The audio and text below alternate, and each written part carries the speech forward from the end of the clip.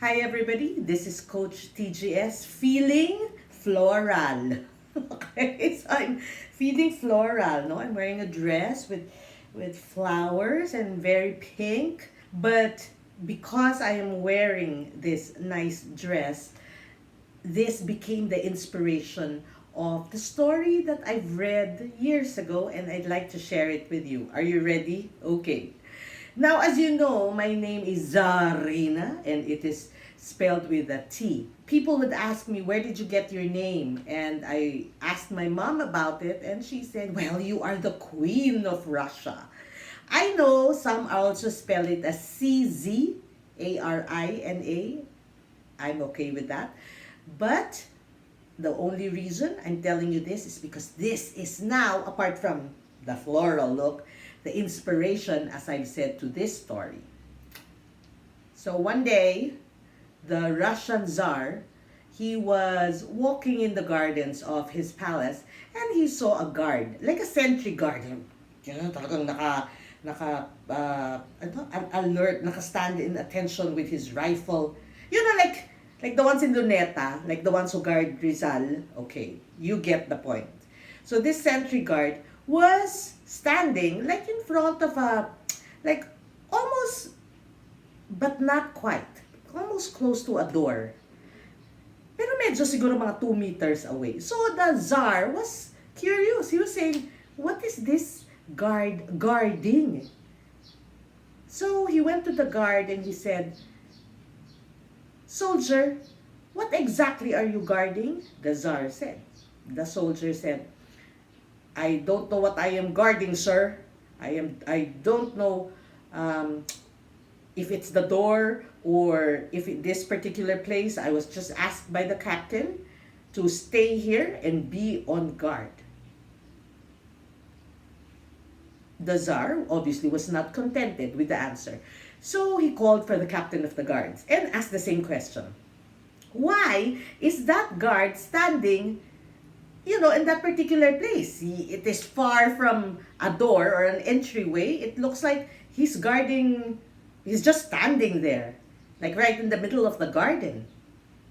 The captain said, Your Royal Highness, I actually don't know. It's just that when I came and joined the sentry guards, there has always been a guard in that particular spot, and that place has been guarded, 24/7. But I really don't know why. The captain's answer perplexed the Tsar more. So what he did was he called the royal historians.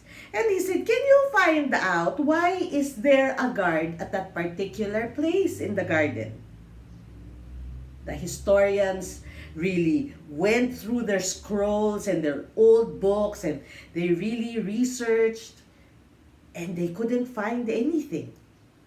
So the Tsar already said, no, I will not take that as an answer. Go into the village and look for the oldest person. Find out, he may have some information. And so the royal historians did go to the oldest person in the village. And the oldest person in the village was an old, like a retired captain. Also, captain of the guards din pala siya for so long. And so he was asked, why do you think we always station a guard at that particular point in the garden? The old captain guard said, I remember my great-great-grandfather, I overheard them in a conversation.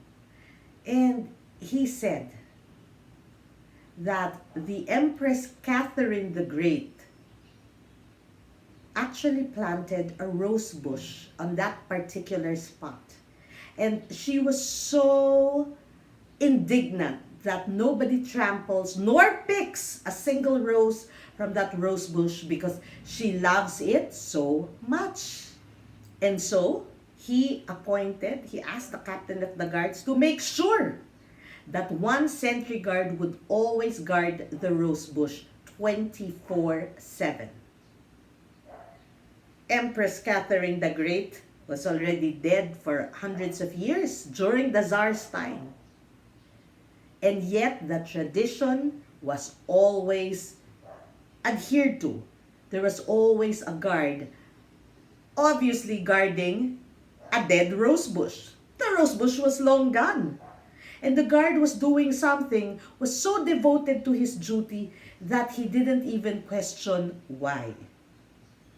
My dear friends, sometimes we do things out of familiarity, out of tradition. Kasi nakagawian na because we have always been doing it. Because it has always been passed on to generations.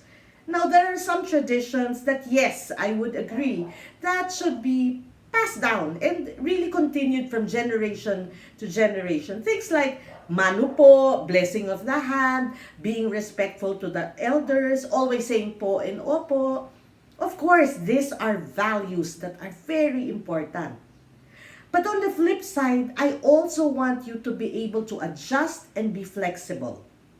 Times are changing. Technology is here. And we have to be able to adjust to what is going on. There is nothing wrong with bringing the traditions and also accepting the new developments that are happening in our world today.